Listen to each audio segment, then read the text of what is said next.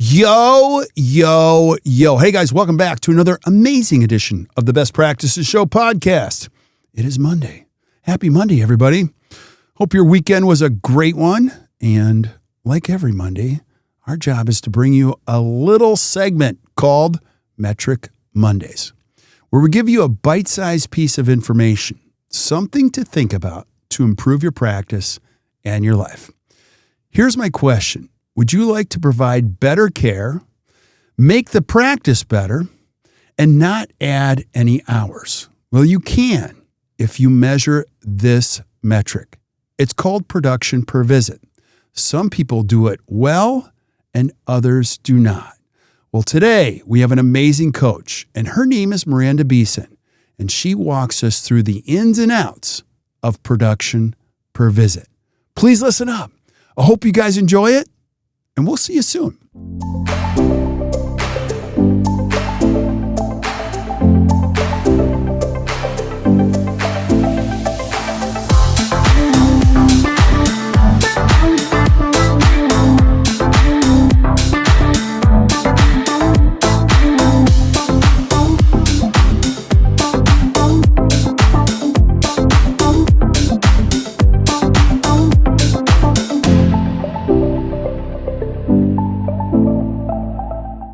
Hey guys, welcome back to the Best Practices Show podcast, the beginning of another week. Happy Monday to everyone listening, and I hope your week is off to a great start. And as always, on our Mondays, we do something called Metric Monday, a little bite-sized piece of information that you can use right away today to improve your practice and your life.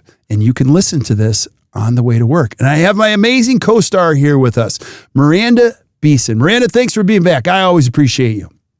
Thanks for having me back. Glad to be here. Yeah, and what you guys do or don't know is Miranda is an amazing coach, part of our leadership team, and she's also the director of education. So she's got an incredible lineup of great content on the horizon, and we're just going to bring it to you. And today, now I'll just remind you of the journey.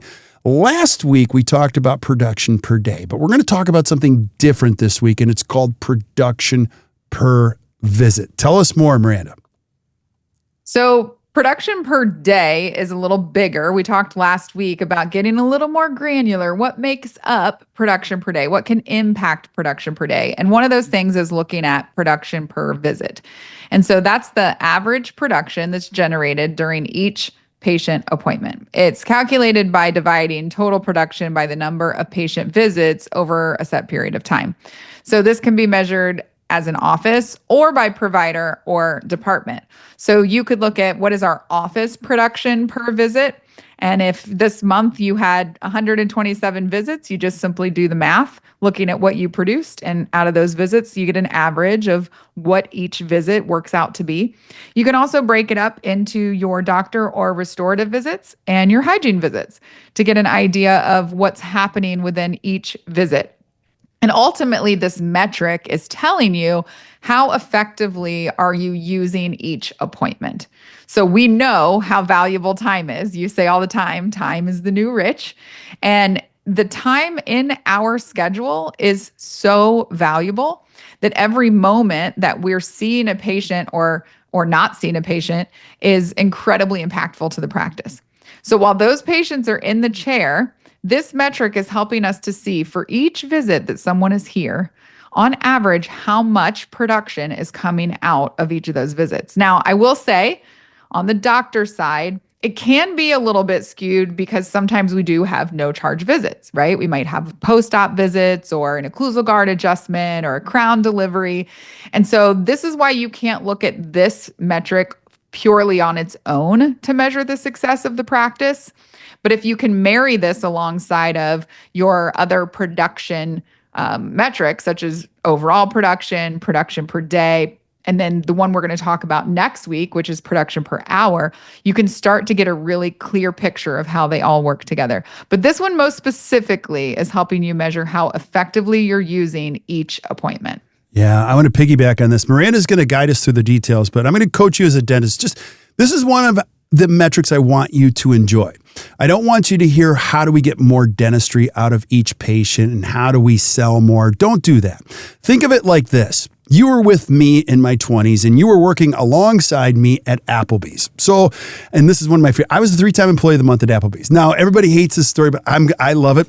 Let's say I love this story, by the way. Okay, Miranda, you and I are coworkers. I want to kick your ass every day. And what I mean by that is we have this thing called check average. And so the check average is like, how well did you serve on average your table turnover? And you knew, if I was a server, I knew if I turned these tables over 3 times, and my check average would often be twice what other servers were. Now, I wasn't mean. I was just like, come on, let's have fun. You know what happens when your check average is twice? You get twice as many tips.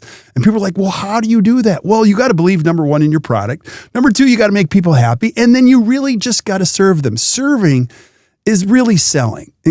Selling is really serving. That's what I'm trying to say. Like when you serve people really well, let's face it, you've got $1 million to $2 million worth of dentistry just sitting in those charts of dentistry.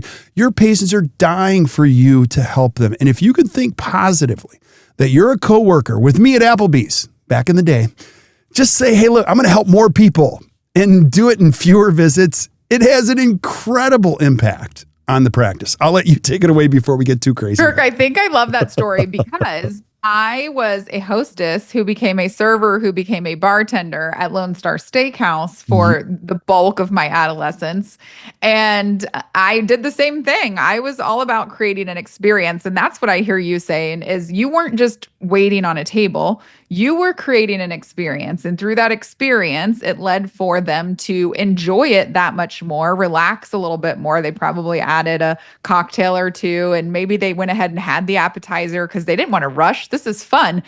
And it's the same thing in your practice when we're looking at this production per visit. It parallels perfectly because you can just be doing a simple filling here and there and filling some time in your schedule, or you can be purposeful and you can be delivering really meaningful care. I think that the higher the production per visit is, kind of like the higher your check, it kind of speaks to what is the experience that we deliver for our patients or for our clients or customers. And that higher production per visit often reflects a stronger treatment planning process, a higher level of communication, co-discovery, co-diagnosis with our patients, which leads to greater patient acceptance, and not just of something, but of more. We talk about patient acceptance percentage and dollar amount acceptance. And I know we're going to do one of these Metric Mondays on that at some point as well. But when you're building value, patients are saying yes, and they're saying yes to more. And that's great for the practice, but it's also great for our patients. It's dentistry that they need. It's dentistry that they want. And when we're able to stop and create that experience where we're utilizing each visit that a patient is there for more, instead of just single tooth restorations, we might be looking at a quadrant at a time.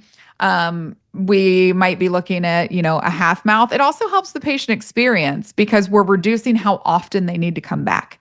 If you treatment plan 4 fillings and one's in each quadrant, but you go ahead and do 2, the ones on the right side at one visit and the ones on the left side at the next visit, that's a better experience for the patient than having to come back 4 times and get numb 4 times and go through that process 4 times.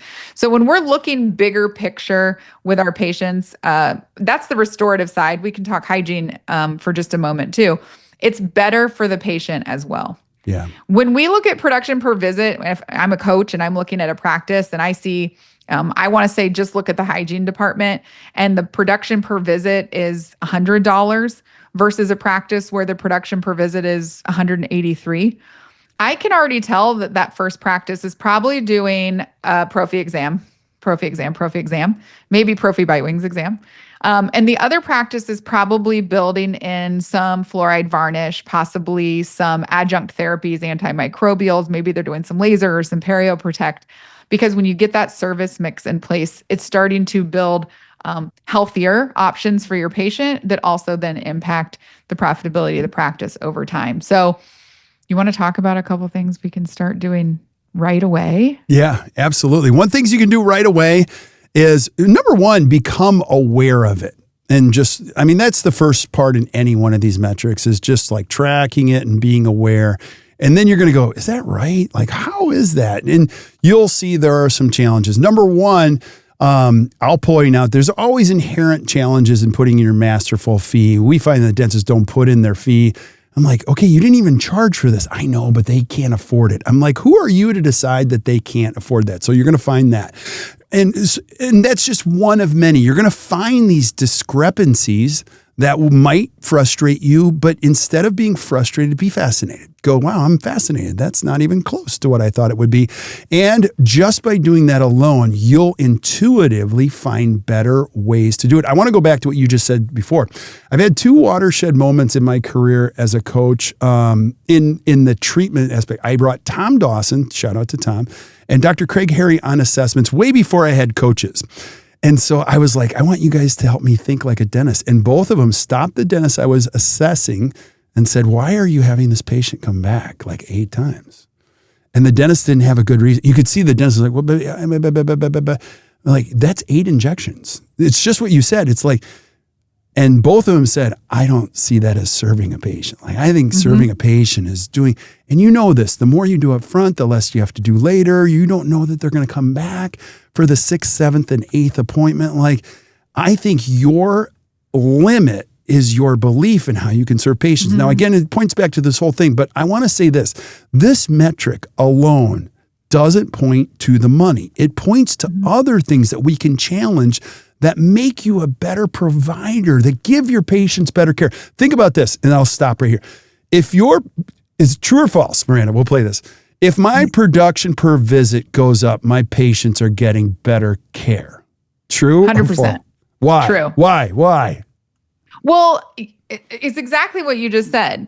When you're not putting your assumptions and your bias in front of the recommendations that you're making, and you're allowing that patient to decide for themselves what is appropriate for them, regardless of the treatment that you're even doing, that I'm sure is making them healthier, they're in a better hands simply because you're including them in the process. It happens far too often. You've called it the wallet biopsy before. Sometimes it's not even about money. It's just a matter of like, well, I don't want to, push the limits. And I think if I could just get them to do this one crown, but like you said, they're further and farther away from their current understanding and motivation of what you've just shared through hopefully some co-discovery conversation every second that they're out the door. They're never going to be more bought in or have a better clarity of what they have just been diagnosed with or recommended than right now. And if we put our assumption and bias in front of that patient and we don't allow for them to be the ones who make that decision for themselves about how much they're willing to take on right now, that's really just not fair to the patient. And then in the end, yes, if they have a tooth that just broke and we can help them to see that we could probably prevent some of these other ones from going down that same path, that is only better for them in the long run. So I think it's really important to, like you said, it's this KPI really speaks quite a bit to the philosophy and in the way in which we treatment plan. Are you using your consult room? Are you looking at the whole forest or just the single tree that's on fire that they walked in the door complaining about today? And you can even just stop, each day, because people do walk out the door and they don't schedule treatment. It does happen. So, when you're at huddle in the morning, you can just ask your team, is there anything else that we can be doing today to serve our patients while they're here? Because who wouldn't want to not have to be inconvenienced by another return visit? So, yeah. There's another thing. Talk about the service mix too. And again, there's so many things you can do that influence this, but the service mix in evaluate. Tell us more about that. That goes back to the hygiene side for sure. And my hygiene history, this is just kind of like like you always talk about your PTSD. It's a little bit of PTSD for me. There's so much that we can do as hygienists, and we get a little complacent into our rhythms and the monotony of what we do. But every single day, something new comes out in dentistry and in dental hygiene that helps our patients. And so even as simple as a fluoride varnish that's been around for the longest time, if we're putting assumptions or bias on a patient about whether they're going to do it or not, does their insurance cover it or not, versus looking at their risk and then deciding, are we going to pull that service into the mix of offerings that we have? Salivary testing. We have an awesome client, Pam Otteson. We were just chatting together not too long ago because they're starting to really create a process and a protocol around salivary testing in their office. We work with PerioProtect, and they're an amazing adjunct service that can really help patients who are suffering with even the earliest stages of gum disease.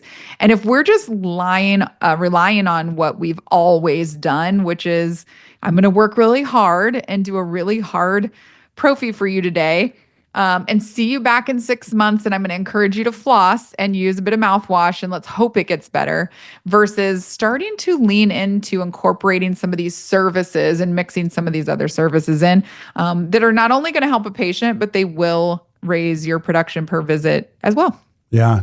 You just set off a trigger for me, because you know this, like what we've always done, like the 7 most expensive words in business that's the way we've always done it. So this is a perfect opportunity to change that and make what you do better for all of your patients. So production per visit. Brilliant, Miranda. Thank you so much. Really You're appreciate so welcome. All right. Well, stick around while we say goodbye to everybody else. Thank you guys for listening to the Best Practices Show podcast. It's Monday.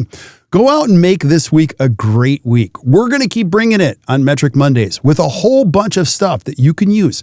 Remember, these are bite-sized pieces of data that if you just start with monitoring them, then asking questions, then listening to Miranda on Countermeasures, then going to the BPA to say, what could I do better? And little by little, week over week, you will make that progress and create a better practice and a better life. And we're going to keep bringing it. So thank you guys for showing up. You can go back on the Best Practices Association app that we have now. It's free. You can go back there and search Best Practices Association. You can start the journey for free. You can upgrade.